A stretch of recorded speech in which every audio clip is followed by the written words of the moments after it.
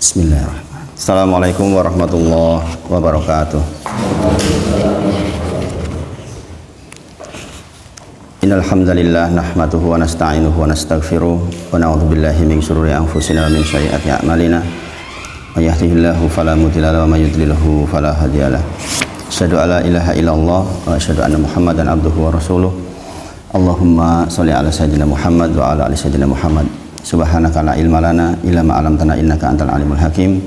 Rabbi shrah li sadri wa yassir li amri wahlul 'uqdatam min lisani yafqahu qawli. Amma ba'd.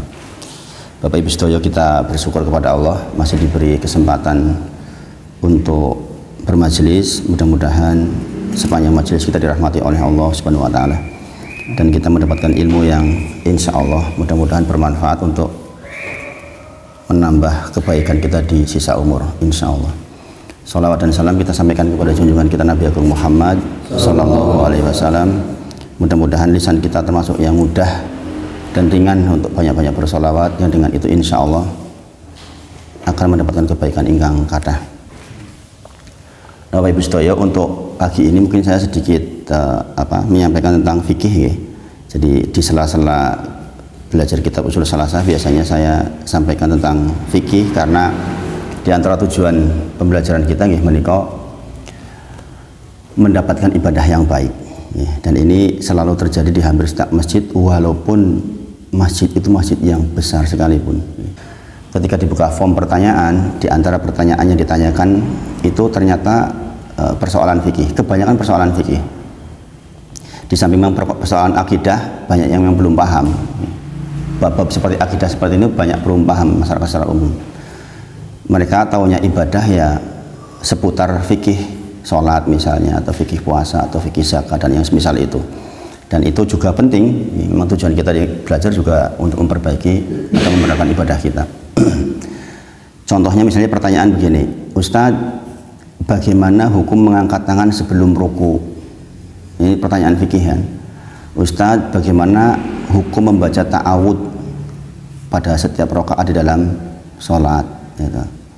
Nah, hal-hal seperti ini saya pikir sebelumnya untuk masjid-masjid yang besar dengan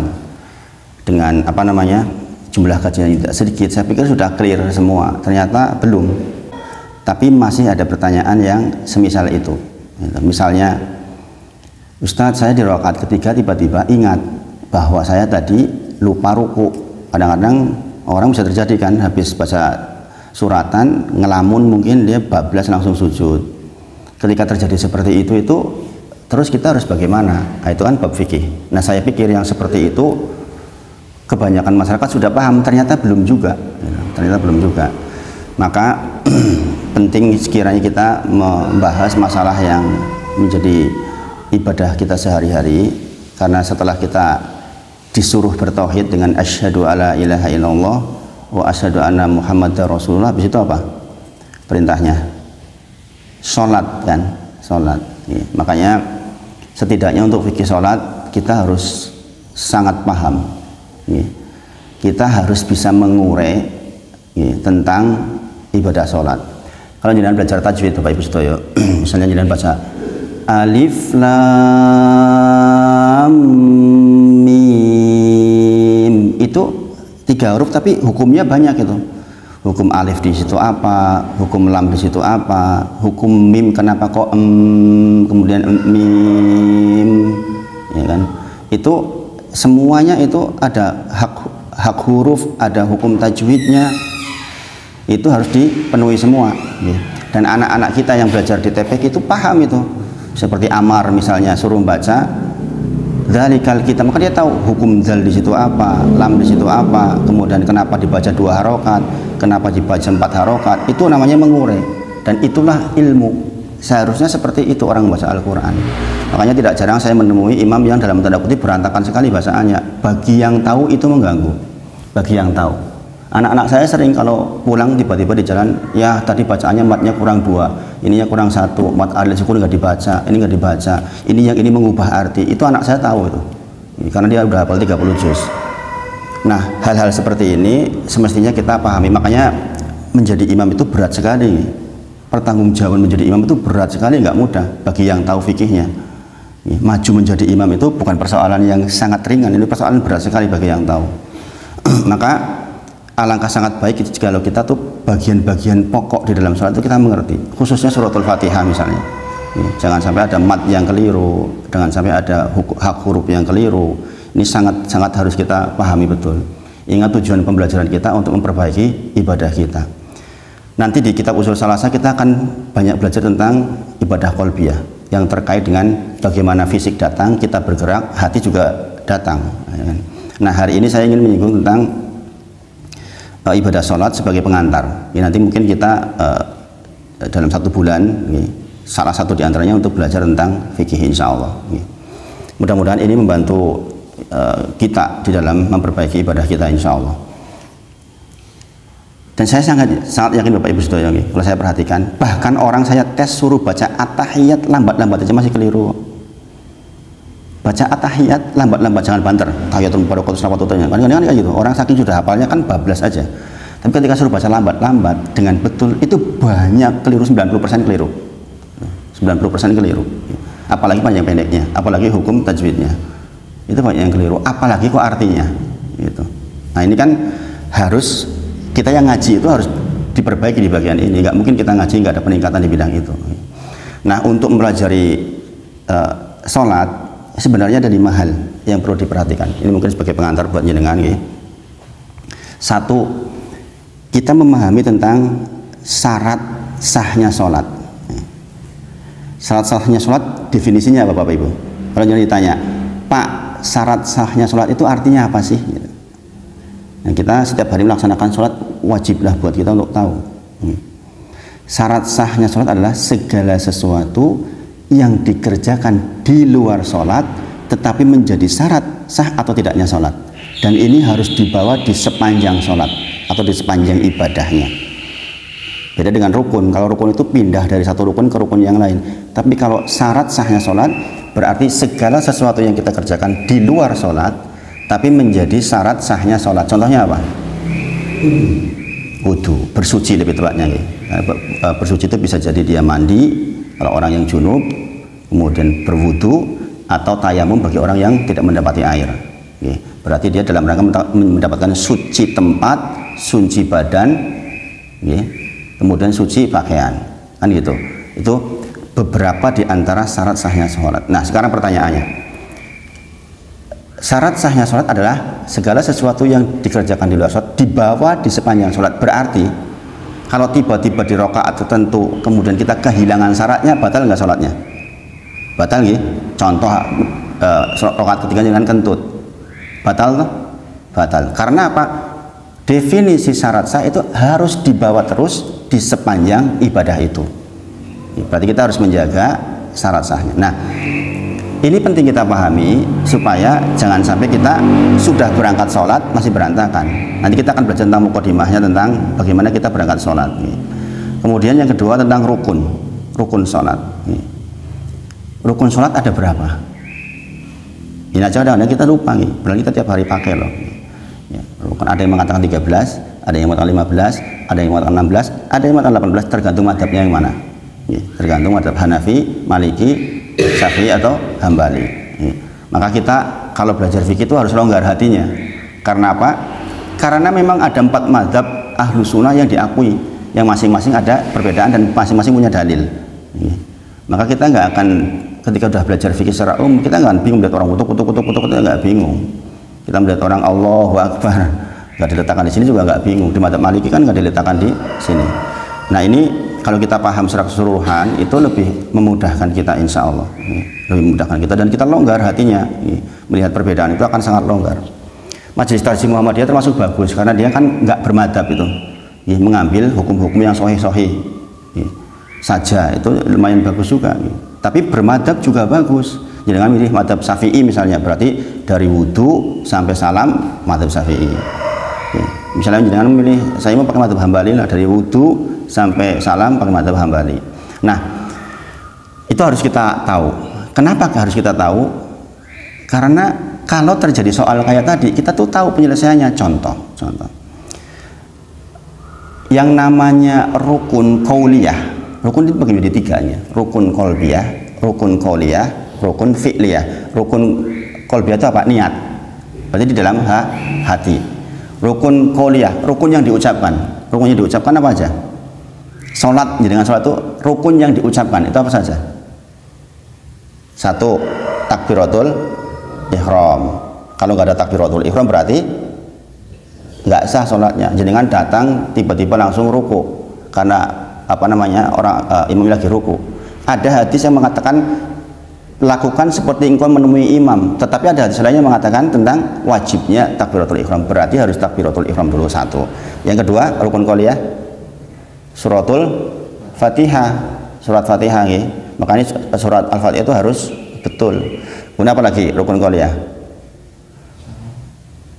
Sebelum salam ada 5 ya. Tasyahud akhir.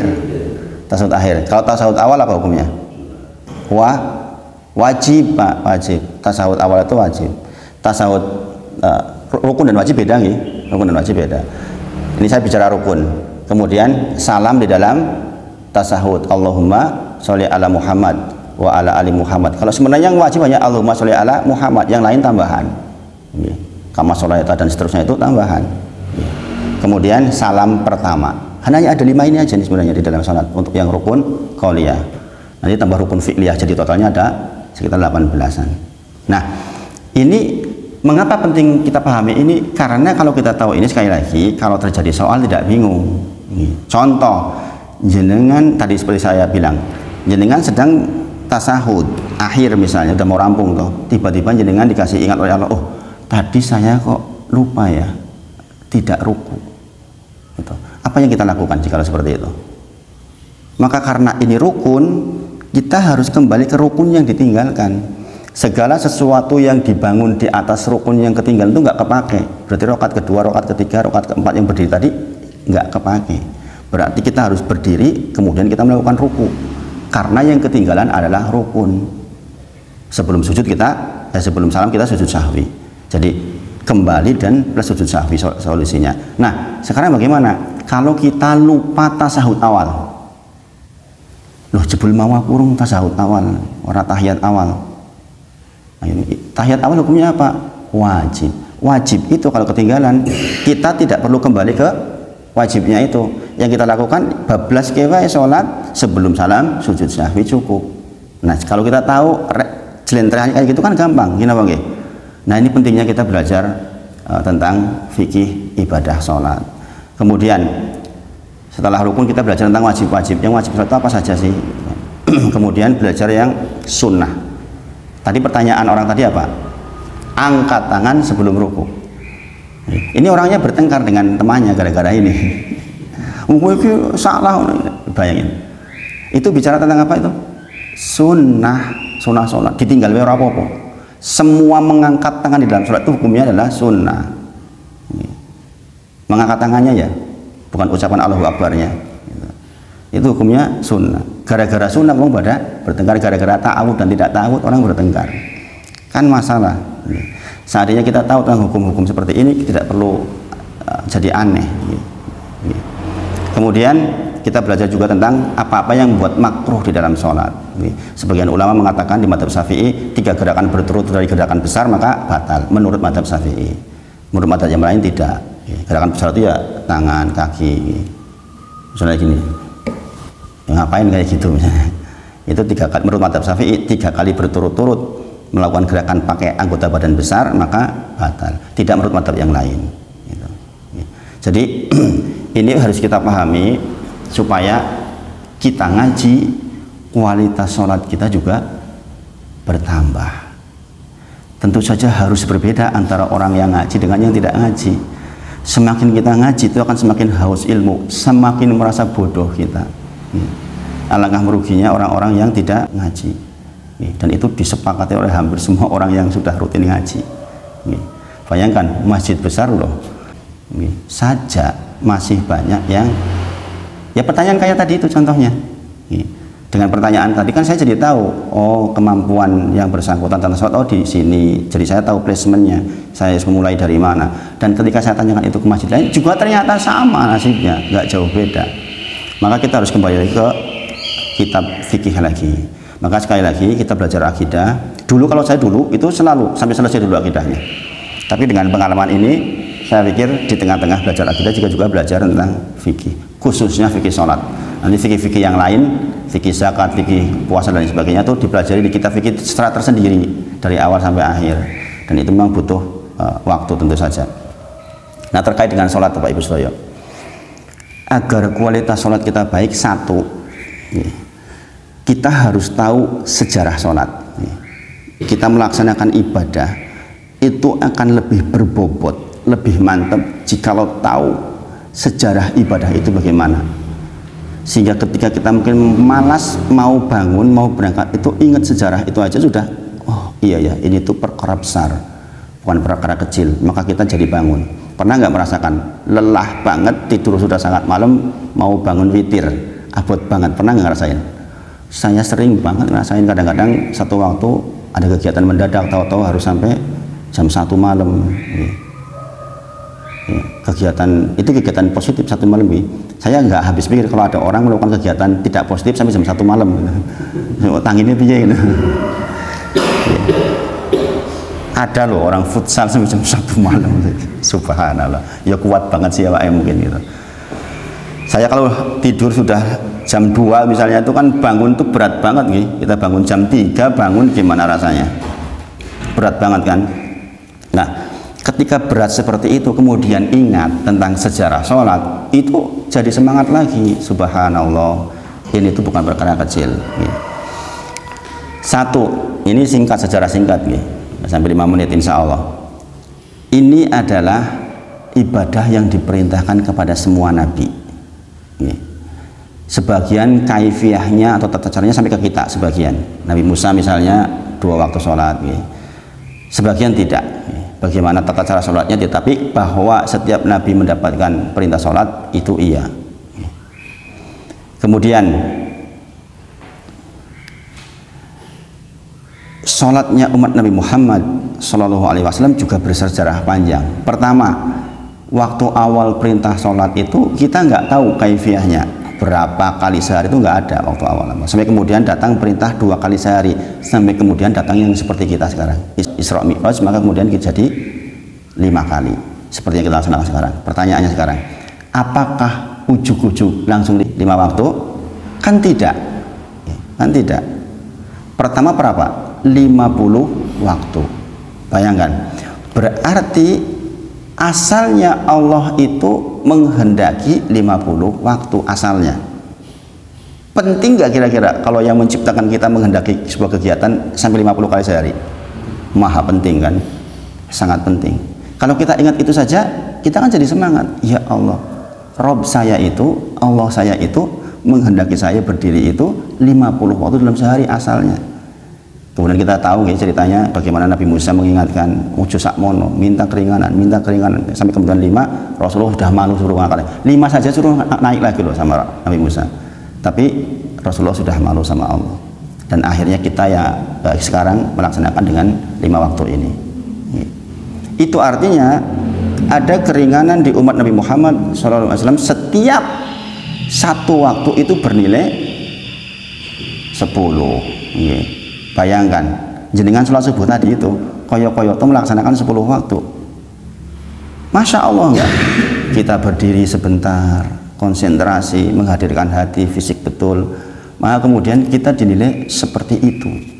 Kan kita sangat semangat. Ini Bang. Andai kita tahu ini kan kita tuh Masya Allah. Makanya belajar sholat itu yang saya tahu ketika saya mempelajari fikih sholat itu banyak nangis Bapak Ibu Sedaya. Kenapa? Ini ibadah yang sangat agung sekali, sementara masih banyak orang yang menyia-nyiakan. La ilaha illallah. Maka sekali lagi penting buat kita mempelajari tentang menyempatkan dengan di rumah baca-baca tentang sejarah sholat. Itu penting Bapak Ibu Sedaya, penting banget. Kemudian awal dulu perintah witir itu wajib. 1 tahun itu perintah witir itu wajib dan tetap wajib bagi Rasulullah sampai akhir hayat, untuk kita jadi sunnah. Sekarang dengan tahu bahwa awalnya wajib, kita kan jadi lebih semangat melaksanakan witir. Ingat, witir itu nggak pernah ditinggalkan oleh Rasulullah Muhammad Shallallahu Alaihi Wasallam. Maka saya dengan istri itu termasuk yang mempraktekkan seperti Abu Bakar radhiyallahu anhu. Saya berangkat tidur witir dulu, meskipun witir itu afdolnya sebagai penutup terakhir. Setelah kita sholat tahajud, sholat lail atau sholat tahajud baru witir. Tapi karena khawatir mbok kebagian waktu, saya biasanya menjelang tidur witir dulu. Dan ini banyak dilakukan oleh para ulama. Kenapa? Ojo nganti ketinggalan witir. Nek kesel banget, wis dah lelah banget, minimal 1 rakaat. Pernahkah saya melakukan? Sering juga. Kalau pas lagi kesel, ya hari kemarin itu saya capek banget, dari subuh sampai malam kegiatan terus, karena kebetulan menemani anak-anak lomba tahfidzul Quran. Ammar ikut lomba, Azizah ikut lomba, terus Aisyah ikut lomba, yang 2 wakil Kapanewon Kasihan sini, kan dipanggil oleh KUA untuk wakil kabupaten.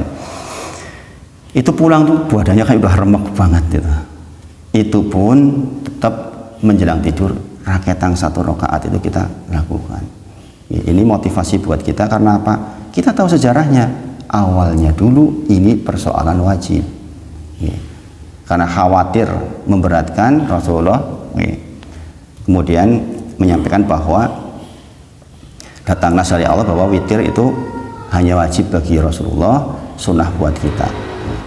Tapi kita kan jadi tahu bahwa menyempatkan witir itu menjadi sangat baik gitu. Kemudian awal sholat itu kiblatnya kemana? Ke Baitul Maqdis, Baitul Maqdis. Maka dari sejarah ini kita tahu bahwa kita pun harus memperhatikan sejarah Baitul Maqdis itu bagaimana sih. Kemudian mengapa dikatakan lingkungannya menjadi lingkungan yang dibarokai? Baitul Maqdis itu, Baitul Maqdisnya dan lingkungan sekitarnya itu dibarokai oleh Allah. Ini penting buat kita bahwa ternyata Rasulullah pernah satu masa sholatnya menghadap ke Baitul Maqdis. Setelah 16 bulan hijrah baru kemudian dipindah ke Masjidil Haram. Di mana itu? Di masjidnya Banu Salimah yang sekarang kita kenal sebagai Masjid Qiblatain. Lagi sholat duhur, pertama madhep ke Baitul Maqdis, rakaat kedua turun wahyu. Maka kemudian Rasulullah menggeser arah kiblatnya sesuai dengan perintah Allah di dalam surah Al-Baqarah. Nah, ini penting, berarti betul nas yang mengatakan ada 3 tempat yang secara khusus bisa kita datangi dan punya fadilah, yaitu Masjid Nabawi, Masjidil Haram, dan Masjidil Aqsa, Baitul Maqdis. Ya kan? Masing-masingnya ada nas. Berarti masjid-masjid selain 3 masjid itu sama saja sebenarnya. Jenengan datang ke Dian Al-Mahdi yang pakai emas itu, jenengan sholat di sana dengan sholat di Al-Fajar sama, ada bedanya. Untuk sholat fardu kaifiyahnya yang paling utama adalah masjid terdekat. Masjid terdekat. Jadi jenengan misalnya, masjid cerakku aku kalah, aku sing ado wae sing apik masjidnya gitu.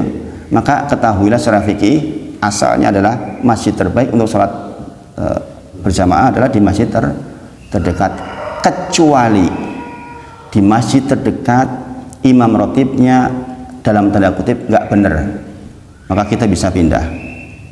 Itu alasan syar'i. Kalau kita tidak bisa memperbaiki, misalnya ternyata kita tahu persis bahwa imamnya itu keliru baca Al-Fatihah, tapi kita juga nggak bisa berbuat apa-apa karena kita nggak punya power. Kadang-kadang kita mengingatkan sesepuan, ya kan? Maka pada situasi seperti itu jangan boleh mencari masjid yang lebih betul bacaan sholatnya. Dan ini menjadi kebutuhan yang kritis buat orang-orang yang berilmu, karena orang mengerti. Kalau orang nggak mengerti kan santai aja, di belakang imam orang karu-karuan tetap saja kan nggak masalah, orang ngerti kok. Tapi begitu kita tahu, wah ini mengganggu. Bayangkan ada orang baca Al-Fatihah, matnya panjang pendeknya itu keliru terus, gitu kan, ya masalah banget. Ya, kalau kelirunya karena ketidaktahuan mungkin bisa diperbaiki. Kalau kelirunya karena memang sudah sesepuan, sudah apa-apa kayak piye terusan. Ya, gitu. Makanya ini perlu diperhatikan. Ya. Kemudian, nah itu sedikit sejarah. Tentu saja ada banyak sejarah lain yang bisa jenengan jadikan referensi nanti di rumah.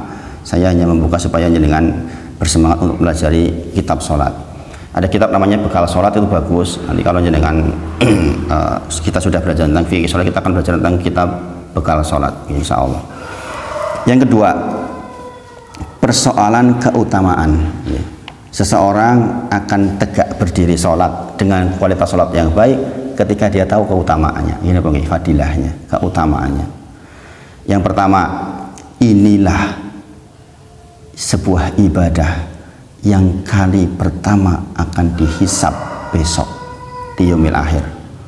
Bayangkan Bapak Ibu sekalian, kita punya ibadah-ibadah yang lain banyak, macam kebaikan itu banyak. Ketahuilah bahwa sholat itu yang pertama dihisab. Kalau kita tahu ini kan jadi, waduh, eman-eman banget. Nek nganti nggak berdiri sholat, nek nganti tinggal sholat, nek nganti ngundur-ngundur ke sholat. Karena apa? Ini yang menjadi takaran pertama ketika kita ditimbang nanti, sebelum ditimbang dihisab, kita dihisab oleh Allah, dihitung-hitung, pertama dilihat adalah sholat kita. Ini pelajaran ibtidaiyah toh, SD pun kita sudah dapat. Saya ulang lagi ini supaya mengingatkan dari kita. Kadang-kadang kita sudah tua, sudah lupa pelajaran yang dulu. Yang kedua, kita sudah juga tahu bahwa hadisnya sahih terkait dengan sholat itu tiangnya agama. Sholat itu tiangnya agama. Bagaimana coba bayangkan? Kita sering mengatakan kita bela Islam, bela ini, bela ini, bela ini. Nek sholat TV berantai, piung tiangnya itu di sholat. Tiangnya di sholat. Makanya orang mungkin bisa sangat marah ketika melihat ada perusakan masjid. Masjid itu bagian dari agama kita. Dia adalah Baitullah, ya kan? Tapi sholat itu tiangnya agama. Orang bisa marah karena perusakan masjid, tapi orang mungkin nggak akan peduli ketika orang tinggal sholat. Khususnya kita dan keluarga kita, anak-anak kita. Saya termasuk yang sangat keras sih kalau anak-anak belum sholat, mau rewil terus pokoknya. Sudah masuk waktu sholat, kok isi santai, itu saya rewil banget gitu. Kenapa? Lah ini tiangnya agama. Berarti kalau tiang ditinggal, agama roboh. Kan begitu logikanya. Ini bagi roboh satu masjid aja kita ngamuk-ngamuk, lah ini roboh agama kok santai. Bayangin, kalau kita tahu ini kan kita melaksanakan sholat itu jadi lebih berbobot. Saya itu sedang menegakkan agama, bukan persoalan ringan. Gitu bagi, supaya ini disadarkan ke dalam diri kita. Insya Allah sholat kita jadi, kita tegak berdiri itu lebih mantep, lebih mantep. Kemudian ini penting, wassolatu nuron. Sholat itu cahaya. Bayangin, ini sahih dari Rasulullah. Sholat itu adalah nuron. Sholat itu cahaya. Cahaya di mana? Satu, cahaya di dunia. Ada hadis maudhu yang menyampaikan, maudhu itu berarti hadis palsu, tetapi sampai kepada masyarakat dan itu maknanya benar. Maka kalau makna benar ditimbang oleh para ulama, bisa digunakan dalam beberapa kasuistik, khususnya masalah fadilah, tidak di masalah hukum. Di antaranya orang yang sering melaksanakan menegakkan sholat tahajud, siangnya dia bercahaya, enak dilihat, diajak bergaul mudah. Karena apa? Biasa menegakkan sholat malam. Karena asalnya sholat memang nuron. Berarti di dunia pun insya Allah orang-orang yang sholatnya baik, insya Allah akan punya wajah yang menyenangkan, insya Allah. Dan itu akan berlaku umum ketika jenengan berdagang, ketika jenengan berbisnis. Kalau orang sudah respect dulu dengan kita kan menjadi lebih baik, tentu saja. Itu manfaat dunianya.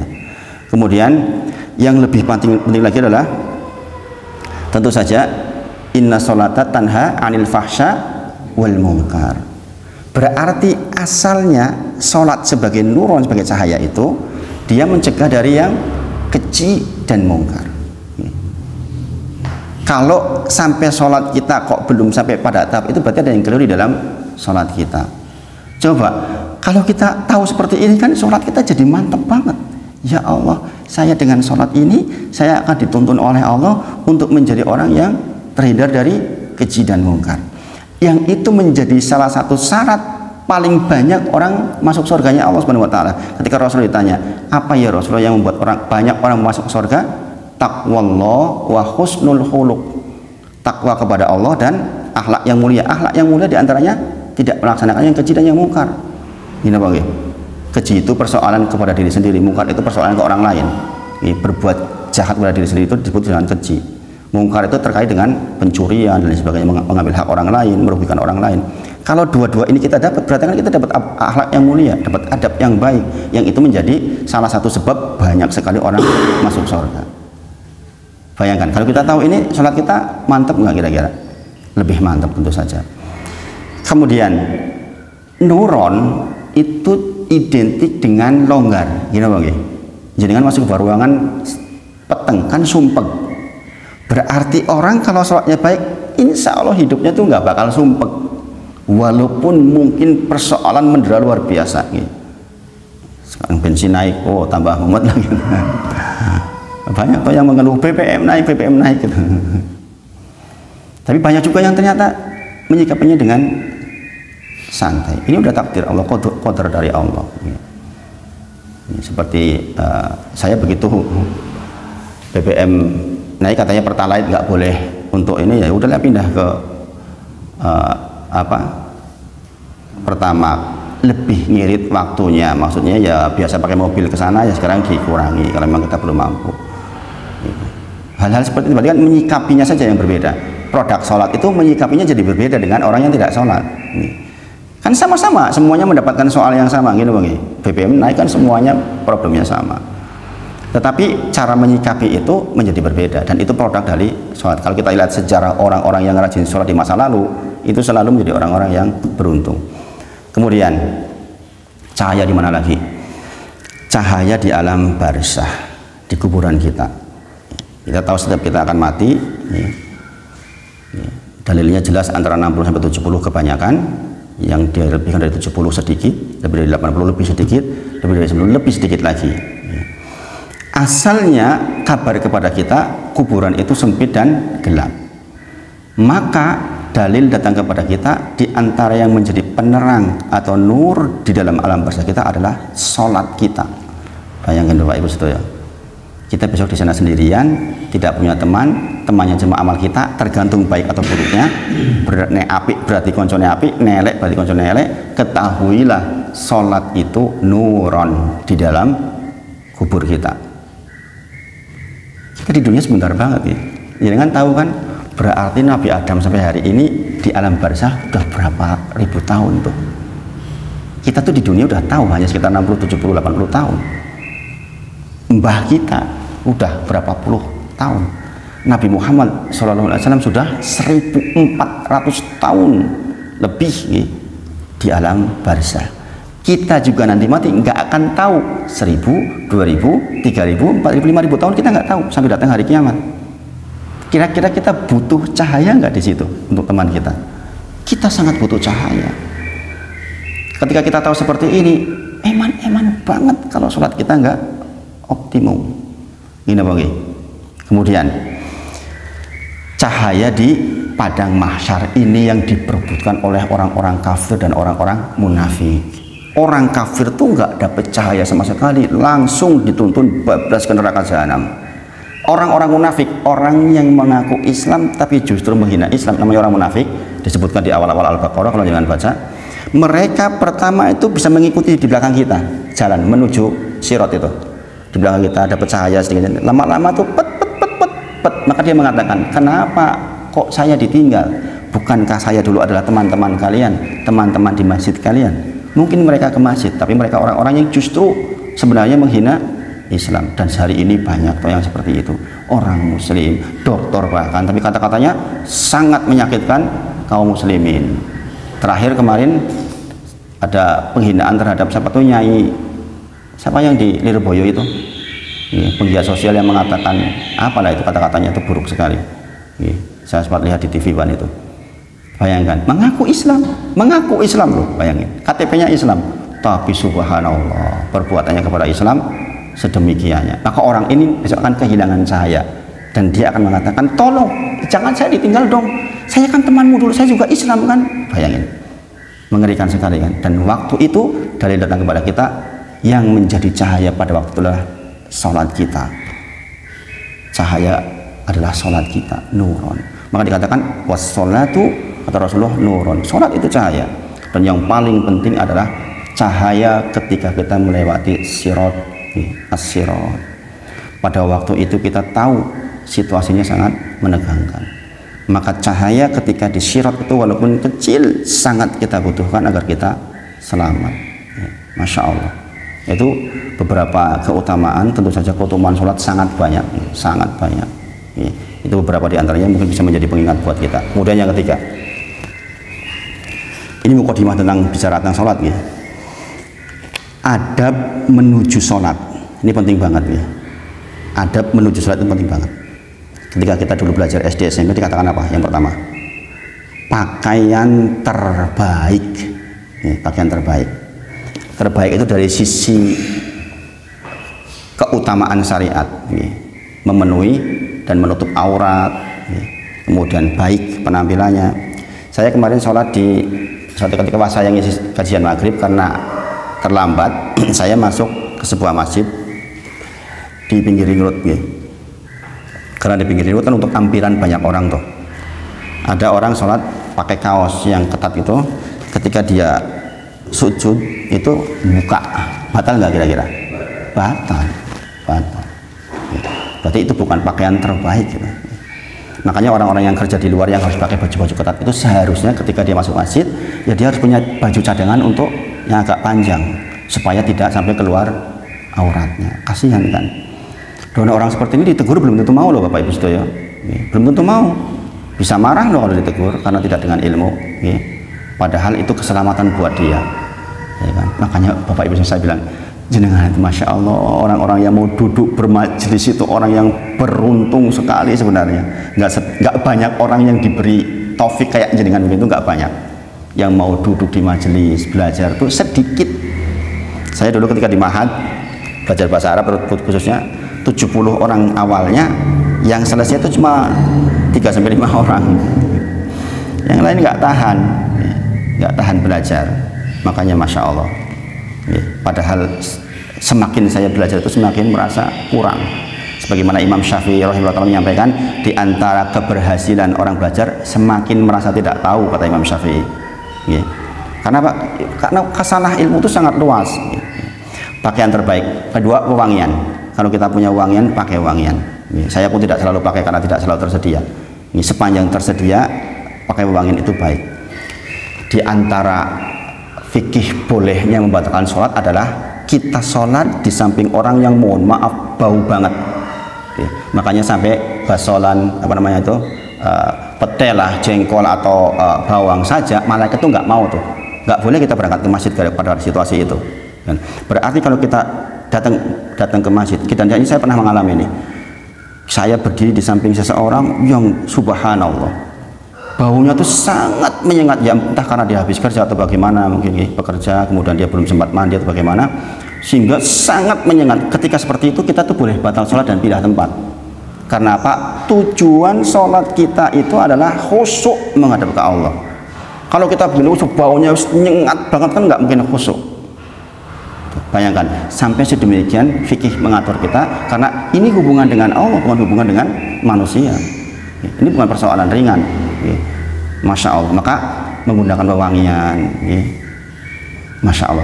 Kita tuh persiapan sholat udah bukan sisa waktu maksudnya. Ya mungkin kadang-kadang orang di jalan mampir ke masjid, iyalah. Tapi kalau kita punya waktu yang cukup, sebaiknya persiapan sholat itu luar biasa. Maka Rasulullah menyampaikan, andai tidak khawatir memberatkan, saya akan menyuruh setiap menjelang sholat itu bersiwak, sikat gigi maksudnya. Tapi itu kemudian Rasulullah mengatakan, andai saya tidak memberatkan maka pun suruh seperti, berarti tidak, perintahnya nggak begitu. Tapi Rasulullah menyampaikan seperti itu, berarti itu kan keutamaan. Kalau kita mau berangkat ke masjid, bersiwak, sikat gigi yang zaman sekarang. Saking pentingnya tentang adab di dalam sholat. Ya gitu, makanya jangan sampai kita ke masjid dalam kondisi mengganggu orang lain, itu repot banget, repot banget. Kemudian ketika laki-laki doa masuk ke masjid, demikian juga ibu-ibu doa masuk ke masjid. Karena 3 mazhab itu Bapak Ibu sedaya itu mewajibkan sebenarnya laki-laki sholat fardu di masjid itu wajib. Mazhab Hanafi, mazhab Maliki, mazhab Hambali itu mewajibkan laki-laki sholat fardu di masjid. Mazhab Maliki itu, mazhab Syafi'i itu mustahab. Mustahab artinya apa? Sangat ditekankan, sangat ditekankan. Maka kita laki-laki ke masjid. Nah, masuk masjid ada doanya, keluar masjid ada doanya, lakukan. Itu adab ketika kita menjelang sholat. Kemudian ini penting banget Bapak Ibu sedaya. Jangan perhatikan betul ini dan jenengan bawa pulang dan dipraktekkan. Inna ahadakum, jikalau di antara panjenengan idza kana ya'mitu ila salat, idza kana ya'mitu ila salat, panjenengan sedang tindak menuju salat, kata Rasulullah, fa innahu fis salat, sesungguhnya jenengan sudah dinilai sedang salat. Paham Bapak Ibu sedaya? Jenengan di rumah melampah tindak sholat, urung sholat, itu kata Rasulullah, fa innahu, sesungguhnya panjenengan fi sholat, sudah sedang sholat. Makanya sunnahnya sholat di masjid itu jenengan dari rumah sudah ambil air wudhu. Itu sunnahnya. Jenengan wudhu dulu di rumah, kemudian jenengan tindak. Berarti jenengan sudah persiapan khusyuk di sini. Orang yang tindakannya seperti ini sampai ketika dia sholat sudah khusyuk. Ini apa nggih? Jenengan datang sudah dengan doa khusyuk, kemudian jenengan sholat tahiyatul masjid. Kadang-kadang baru pertama sholat belum khusyuk, kemudian sholat qobliyah, kemudian sholat fardunya. Ketika sholat fardu sudah dilatih di sini nih, dari persiapannya semuanya sudah khusyuk, latihan khusyuk. Maka ketika sholat fardu sudah khusyuk banget. Berarti sekali lagi sholat itu butuh persiapan enggak? Butuh persiapan, bukan sisa waktu. Pun begitu, tentu saja bagi yang sibuk, ya nggak apa-apa, sekali-kali mungkin dia, ya bagaimana lagi mau keadaan kesibukan. Makanya penting kita mempersiapkan dengan sungguh-sungguh persoalan sholat ini. Kemudian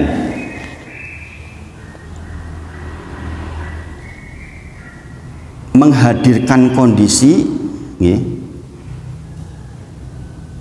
di mana kita perjalanan itu sudah full khusyuk dengan membaca doa menuju ke masjid.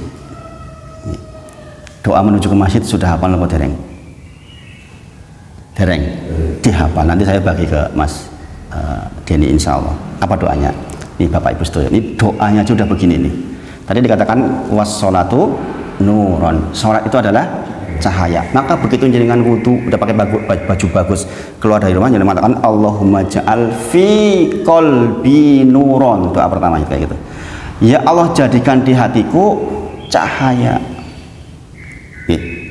Allahumma ja'al fi qalbi nuron.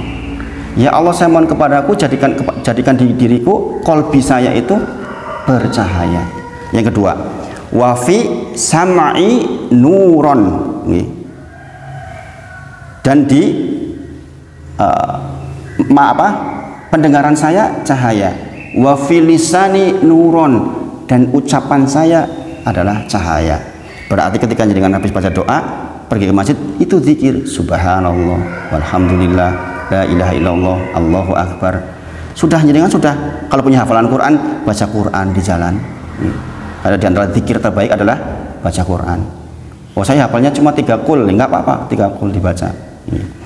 Kemudian wa fi basori nuron, dan pandangan saya juga dibantu oleh Allah dengan cahaya. Pandangan saya adalah cahaya, pandangannya dituntun, enggak bakal jelalatan kalau orang berdoa begini. Anak saja yang di pondok itu, ini kan lagi di rumah, di HP misalnya temennya buka IG, buka IG. Ini tentu saja kualitas anak-anak masih belum betul-betul. Itu kalau ada gambar perempuan yang nggak pakai jilbab, jangan digoda kayak gini. Itu anak-anak loh, udah berusaha seperti itu. Karena Pak berharap matanya itu nuron. Itu anak-anak yang mungkin pengertian dia hanya sekedar seperti itu, nggak sampai ke hati tentu saja. Sudah didolani koyo ngono ki wis nutup-nutup kadang-kadang. Gitu. Kan masya Allah seperti itu. Makanya di dalam doanya wafi basori nuron. Kemudian waja'al kholfi nuron, ya Allah jadikan di belakangku cahaya, wa amami nuron, dan di hadapan saya cahaya. Kemudian wa min fauqi, di atas saya cahaya, wa min tahti, di bawah saya cahaya. Tuh doanya kayak gitu tuh di dalam masjid.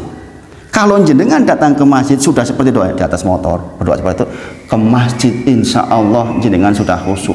Koyo-koyo to dengan doa itu kita mengatakan, ya Allah tolong dong jadikan sholat saya nanti ketika menghadapmu khusyuk. Bayangkan Bapak Ibu Saudara, kira-kira kalau nggak belajar ngerti nggak begini ini? Mungkin kita ketinggalan. Kadang-kadang kita baca sendiri langsung, kadang-kadang nggak nyambung tuh. Jadi kan bacaan menuju masjid, jadi kan mungkin pernah baca, tapi ketika disampaikan dalam sebuah kajian akan sangat berbeda bobotnya. Kerasa nggak jenengan perbedaannya? Mungkin jenengan sudah pernah baca, insya Allah sudah pernah baca. Gitu. Tetapi sekali lagi ngaji itu penting banget. Bagi jenengan yang sudah ngaji, saya yakin makin hari makin merasakan betapa bermanfaatnya ngaji. Gitu. Kemudian di antara adabnya adalah tidak tergesa-gesa. Kata-kata tidak tergesa-gesa berarti kita harus menyiapkan waktu supaya tidak tergesa-gesa. Pahami maksudnya? Maka Rasulullah menyampaikan, idza ataitumu as-sholat, jikalau engkau sedang tidak menuju sholat, maka fa'alaikumu sakinata, jadikan engkau sakinah, tenang, boten kesusu, enggak tergesa-gesa. Sekali lagi ini perintah berarti secara tersirat awake dhewe iki kudu nyiapke tenan salat. Jangan sudah qomat baru kita gedebegan. Kan ini jadi masalah kalau seperti itu. Berarti kita melanggar apa yang Rasulullah sampaikan ini. Kecuali memang sibuk tenan di jalan misalnya. Tapi kalau kita di rumah memungkinkan untuk mempersiapkan, tentu saja sebaiknya dipersiapkan dengan baik. Apalagi kalau kita bisa nunggu, di antara waktu terbaik adalah kita duduk menunggu waktu sholat di masjid. Masya Allah. Dan kita tahu antara azan dan iqamah kita angkat tangan, itulah waktu di mana doa tidak tertolak. Makanya orang-orang yang sudah ngaji mesti antara azan dan iqamah mesti begitu setelah dia qobliyah angkat tangan. Ya Allah, kita sampaikan doa ul masalah. Doa kita kepada Allah, kita minta isti'anah, minta tolong, ya Allah tolong dong agar saya bisa ibadah. Ini banyak orang yang jarang berdoa begini, padahal ini namanya isti'anah. Nanti kita belajar di usul salasa. Di antara doa terbaik adalah, ya Allah tolong saya supaya bisa ibadah. Banyak orang doa, ya Allah saya mohon kepada engkau rezeki, ya Allah saya mohon kepada engkau rumah, tapi jarang yang ya Allah saya mohon kepada engkau agar saya bisa ibadah. Itu rezeki terbesar itu, rezeki terbesar. Ini kalimat ulama sebenarnya. Saya pikir rezeki adalah rumah yang saya miliki, harta yang saya miliki, mobil yang saya miliki. Ternyata rezeki adalah, kata ulama, ketika kita bisa sholat tahajud, ketika kita bisa sholat wa. Dan kalau jenengan sudah melaksanakan ini akan tahu maksudnya itu.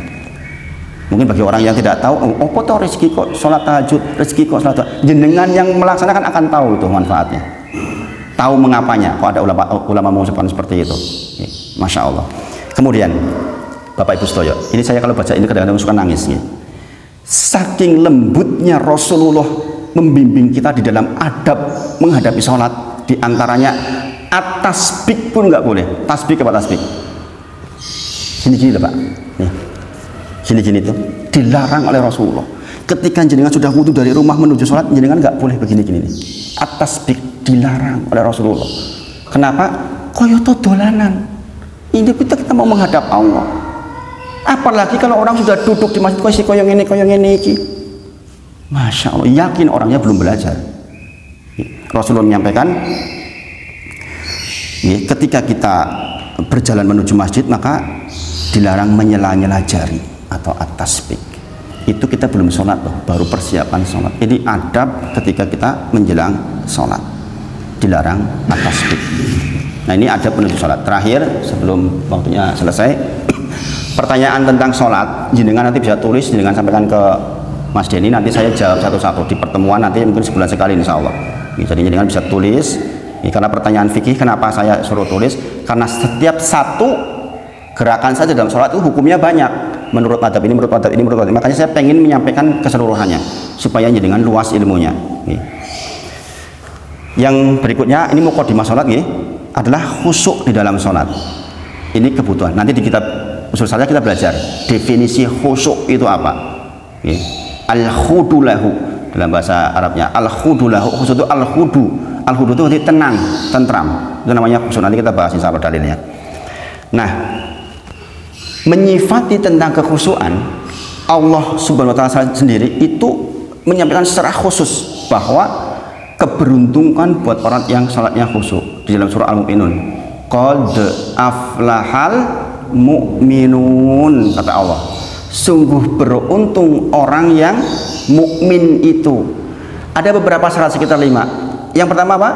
Alladzina hum fi sholatihim khosyi'un, adalah orang-orang yang sholatnya khusyuk. Itu yang pertama. Makanya panggilan sholat apa? Hayya 'alal falah, gitu kan. Ini kalau orang yang nggak ngerti tajwid kadang-kadang hayya 'alal falah itu pakai ha. Apa artinya? Falah itu pakai ha.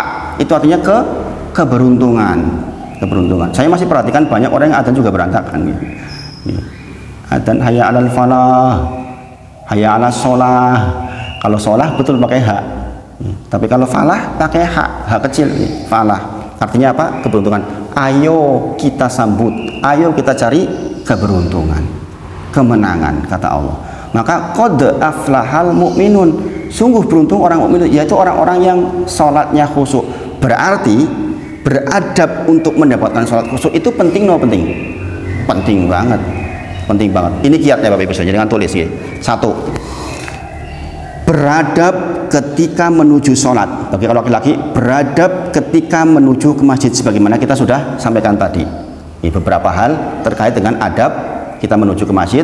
Bagi ibu-ibu yang misalnya pas sholat di rumah, ya beradab ketika menuju tempat sholat, di mana di situ ya sudah persiapan, supaya jangan sampai terganggu ini itu. Meskipun kalau ibu-ibu kadang-kadang anak-anak masih nangis dan lain sebagainya.